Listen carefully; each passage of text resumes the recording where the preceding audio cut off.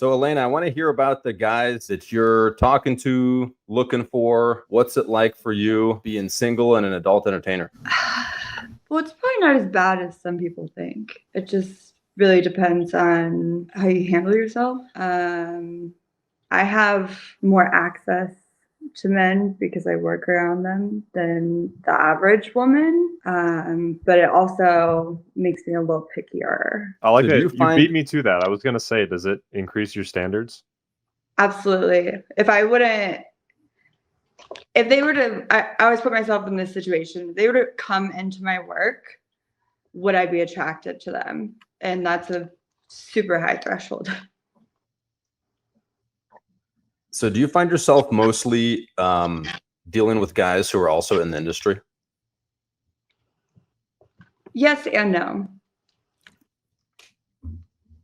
So the guys that aren't in the industry, what's their reaction usually when they find out you are, and what do they think about it? Well, at first, a lot of men like to pretend that they're okay with it, and the insecurity creeps in later on. So they're able to mask to begin with, and then it could really become like a dangerous situation for you. So why do you think that some guys will pretend they're okay with it? It's a challenge, or I'm like a trophy to them, being able to sleep with me and date me, and even if they take care of me, whether that be like financially, emotionally, whatever, it's a power play, feeling like they got one over on an adult entertainer.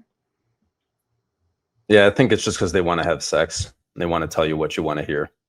Mm-hmm. Yeah, and this is common too, like a lot of guys, and like for all the ladies, as you go through life and meet men, a lot of guys are going to tell you what you want to hear to sleep with you, right?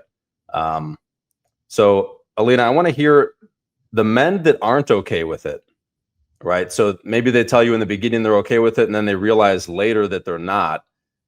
You said they're insecure. Do you want to elaborate? Why do you think that's an insecurity that they have? It could be, again, I have access to men. I work around them. They're my clientele. Financial insecurity. I'm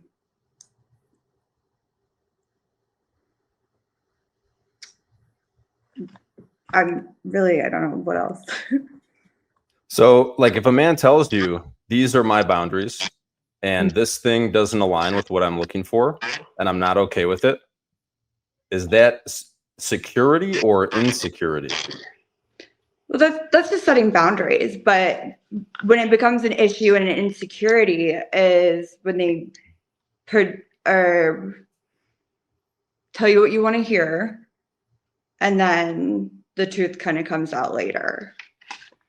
So do you think this, I think this might be going on a lot too, where men will tell you initially, yeah, I'm okay with it, because they want something casual, right? And then as things get more serious, they're going to tell you, like, basically, if we're going to be more serious, I'm not that okay with this continuing. Do you think that happens? Absolutely. And that's reasonable to a certain extent.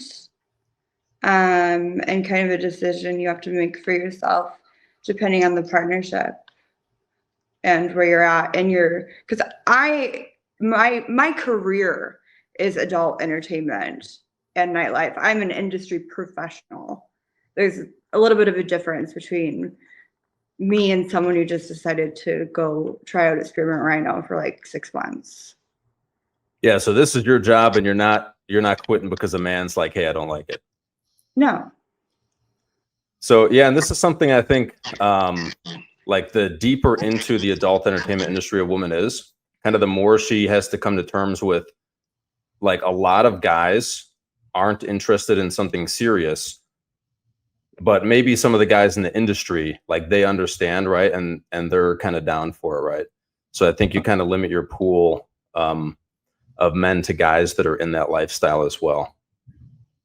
Well, lifestyle is the key word. You get people in the lifestyle. All right, guys, I really hope that you enjoyed that clip. If you want to check out the full-length podcast episode, you can find that right over here. Also, make sure you visit my website over here where you'll find my supplements, the opportunity to book me privately one-on-one for coaching, and most importantly, my new School of Unplugging, which you'll find on the courses tab. Newer to the channel, hit subscribe.